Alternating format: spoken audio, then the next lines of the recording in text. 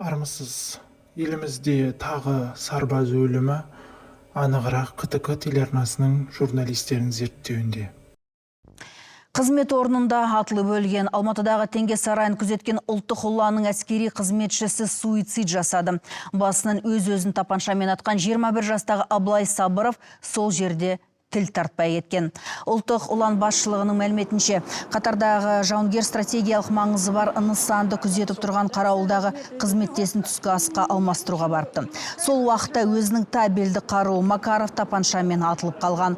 Марқұм әскери борышын Батыс Қазақстан облысында өтеген екен. Ал Алматыдағы 36-да 50 әскери бөлімінде келісім шарт бойынша қызметке кіріскеніне 7 айдан асыпты.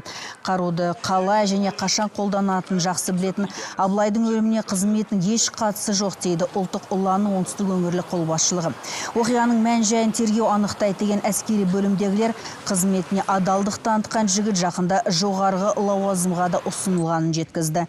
Алайда Аблай жаңа қызметке сол күйі тағайындалмай өмірмен ерте қош айтысты.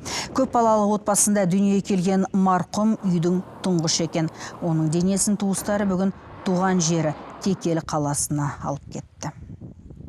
Бұл сарбаздың қазасы қазіргі таңға белгілі болғандықтан осы әскери қызмет атқарумен байланысты емес. Сабыров Аблай өзі қызмет бойынша жақсы деп өткерді, өйткені оның осы тақау арада құжаттары жоғарғы бас қолбасшылыққа беріліп, әрі қарайда ол жоғарғы лауазымға тағайындалу керек болатұғын.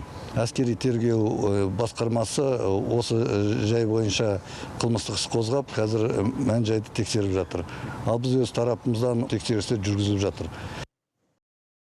Дәл осы сарындас жағдай елге мәлім болған еді. Осыдан 3 жыл бұрын Астана телеарнасының журналистерінің назарында болған. Басына оқ атып тіл тартпай кетті.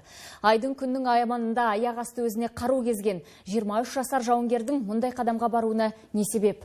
Алматылық тілшіміз Олжас Нұржақып Ұзынағаштағы әскери бөлімге барып оқиғаның мән-жайын анықтауға тырысты. Түн мезгілін шырт бұзған қаралы жағдай дәл осы 28-де 237 әскери бөлімінде тіркеліп отыр. Ішкі қарауылға түскен Оласбек Қожан түнгі бірлер шамасында қолындағы қаруымен өз-өзіне қол жұмсаған. Азаматтық борышын өтеп жүрген сарбаздың не себепті мұндай қадамға барғандығы әзірге белгісіз, бірақ әскери бөлімде оның осы уақытқа дейін өзін оң жағынан ұстағандығын айтады. Характеризовался положительно. Әскери борышынан бөлек қоғамдық жұмыстарға да белсене араласатын. КВН-да ойнады. Қатарластары оның жақсы қасиеттері көп екендігін айтады. Өмірде өте көңілді, мейірімді, бауырмал жігіт еді. Әрқашан әскери істерге белсене араласатын. Бірақ не себепті мұндай қадамға барғаны белгісіз болып тұр.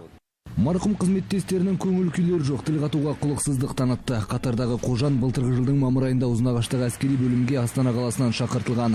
Өзі Түркістан облысының тумасы екені белгілі болды. Әскери борышын аяқтауға небәрі 4 ай уақыт қалғанда аяқ асты өзіне оқ атуын ұлттық ұлан қызметкерлері де ашып айта алмай отыр. Тек тергеу жұмыстарының басталғанын жеткізді. Аталған дерек бойынша Алматы әскери тергеу басқармасында қылмыстық іс қозғалды.